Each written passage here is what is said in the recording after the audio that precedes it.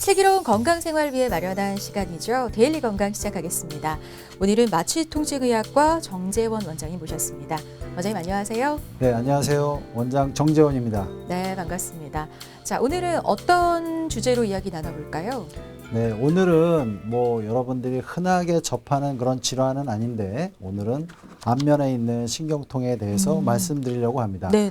어떻게 보면 심하게 병원을 찾으실 정도로 아프신 분도 있지만 슬쩍슬쩍 안면이 불편하신 분들이 있으세요. 그래서 네. 이런 부분에 관심 있게 보시면 좋을 것 같습니다. 근데 우리가 안면을 보면 우리 얼굴이라고 하죠. 얼굴에는 여러 가지 신경이 있습니다. 그래서 이런 신경 중에 얼굴로 나오는 신경은 3차 신경인데 이런 신경의 어떤 통증을 약간 유발하는 그런 질환을 비정형 안면 신경통이라고 하고 오늘은 그 비정형 안면 신경통에 대해서 말씀드리려고 합니다. 네. 자, 오늘의 주제는 안면 통증 중에 하나인 비정형 안면통입니다. 사실 조금 생소하게 느끼시는 분들도 계실 것 같은데요. 비정형 안면 신경통 정확히 무엇인지 좀 설명을 해주세요. 네.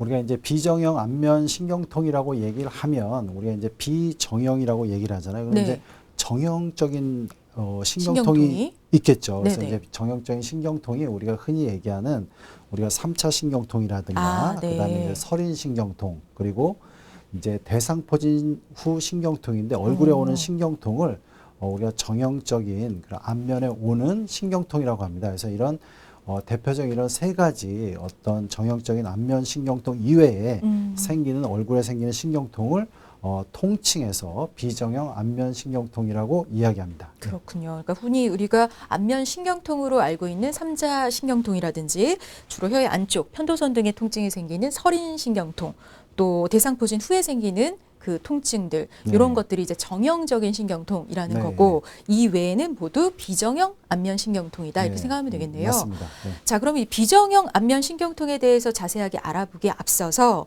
먼저 말씀하셨던 그 3차 신경통이라든지 설인 신경통 이렇게 정형적인 통증 질환 간략하게 설명 들어보면 좋을 것 같아요. 먼저 3차 신경통 이건 뭘까요? 네. 우리가 이제 얼굴에 통증이 오면 3차 신경통이라는 얘기를 좀 많이 들어가지고 네. 좀 약간 3차 신경통은 익숙합니다. 근데 실적으로 3차 신경통도 이렇게 흔한 그런 신경통은 아니에요? 아닙니다. 근데 이제 얼굴에 감각을 느끼는 뇌에서 나오는 5번 신경이 3차 신경이라고 하는데 이 부분에 생기는 신경통을 3차 신경통이라고 합니다. 근데 이 신경통은 우리가 이제 아주 극심한 통증이에요. 짧은 기간 동안 아주 심하게 오기 때문에 우리가 이제 이 3차 신경통을 앓는 분들은 본인이 보통은 3차 신경통이라고 알고 그리고 이제 진료를 받고 치료를 받는 경우가 많습니다. 그렇군요. 좀 아주 강한 통증이 계속 이어지는 게 아니라 순간적으로 나타난다 생각하면 네. 되겠네요. 네. 자, 그러면은 이제 설인 신경통에 대해서도 좀 알아볼게요. 이건 뭘까요? 네. 설인 신경통도 3차 신경통 같이 어떤 신경이 아주 급격한 자극에서 오는 통증인데 우리가 이제 명칭에서도 나왔듯이 우리가 이제 설인 나왔듯이 설은 우리가 이제 혀를 얘기하는 네네. 거고요. 인은 인후부를 얘기하는 겁니다. 그래서 이제 우리가 뒤쪽에 편도에서 후두까지 넘어가는 부위, 목젖의 뒤쪽이죠. 그 네. 아래쪽 그 부위에 통증이 오고 주로 우리가 음식을 삼키거나 침을 삼키거나 어떤 이런 인후부나 우리가 혀를 움직일 때 통증이 아주 급격하게 오는 형식으로 오는 게 설인 신경통입니다. 그렇군요. 자, 그리고 저희가 보통 신경통 할 때 대상포진 후에 오는 신경통 많이들 떠올리시는데요. 이 대상포진 후 신경통은 또 어떤 특징이 있을까요? 네.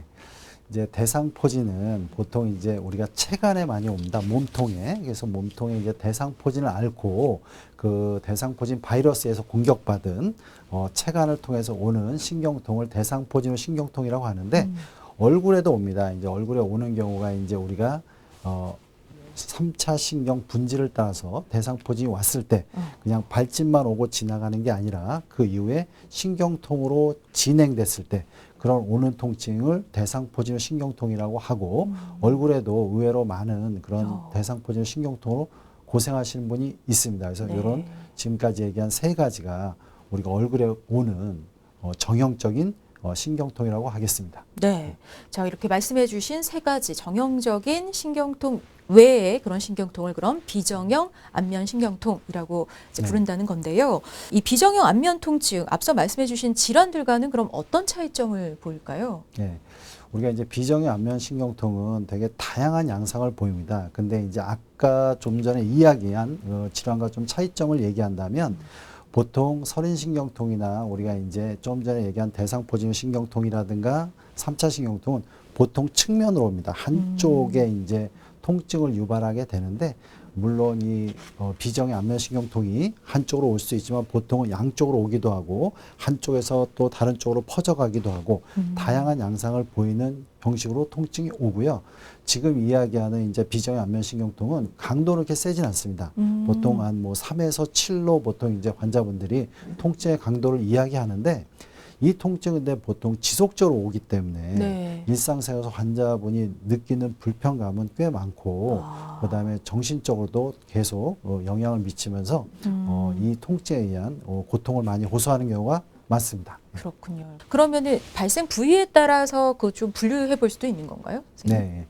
보통 아까 이야기했듯이 비정안면 신경통이 보통 양측성으로 오는 경우도 있고요. 네. 양측성으로 오는 경우는 보통 이제 얼굴에서 한쪽에서 와서 보통 반대쪽으로 이렇게 퍼져가면서 양측으로 나타나는 경우가 좀 많습니다. 근데 이제 편측성으로 오는 경우는 우리가 보통 경추부나 턱관절하고 연관되는 경우가 많습니다. 그래서 한쪽의 경추나 턱관절이 좀 안 좋을 때 그쪽에 있는 우리가 3차 신경이 좀 예민해지면서 한쪽으로 전체적으로 오는 비정형 안면신경통을 우리가 편측성 비정형 안면신경통이라고 합니다. 그래서 약간 그 원인과 그 증상에 따라서 또 두 가지로 약간 나눌 수 있는 부분도 있습니다. 그렇군요. 저 그렇다면은 그 아까 치과 치료도 말씀해 주셨는데 치과 치료 후에 오는 그런 치통을 비정형 안면통이랑 뭐 비슷한 걸로 보면 되는 걸까요, 선생님? 네, 이름을 굳이 붙이면 이제 비정형 치통이라고 얘기합니다. 이제 네네. 비정형 치통에서 이제 우리가 비정형 안면 통증하고 비정형 치통 이렇게 나누기도 하는데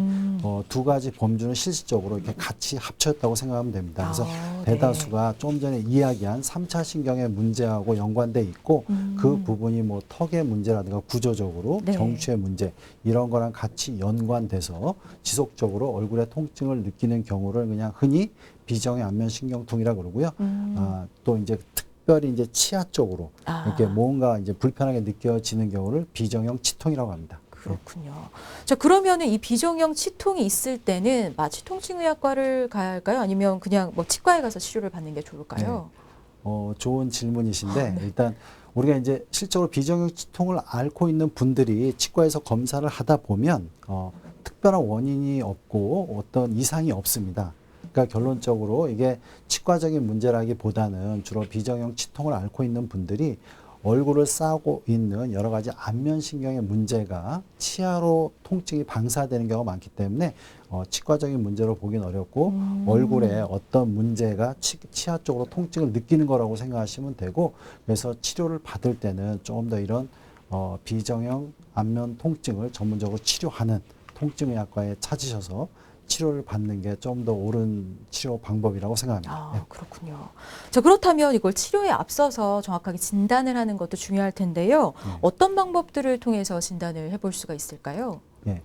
일단 가장 중요한 거는 환자에게 이제 문진, 환자의 어떤 병력을 잘 듣는 게 되게 중요하고요. 그다음에 기본적으로 우리가 이제 방사선적 검사라든가 이학적 검사를 통해서 신경계의 문제나 실적으로 방사선 검사에서 어떤 뇌의 문제라든가 신경이 주행하는 부위에 문제가 없나를 확인하는 게 되게 중요하겠습니다. 그래서 어떤 구조적으로 어떤 종양이라든가 어떤 다른 문제가 있다면 그 부분에 치료가 돼야 되는 거고 지금 이야기하는 전형적인 비정형 안면 신경통 같은 경우는 그런 문제가 없기 때문에 그런 문제가 없이 나타나는 거를 비정형 안면 통증으로 진단을 하고 그거에 맞춰서 이제 치료를 전문적으로 해 나가면 되겠습니다. 네, 그렇군요. 자, 그렇다면 이렇게 전문의와 상담과 여러 검사를 통해서 이 비정형 안면신경통이다라고 진단을 받았다면 무엇보다 빠른 치료를 받아야 할 텐데요. 비정형 안면신경통 어떤 치료를 좀 적용해 볼 수 있을까요? 예.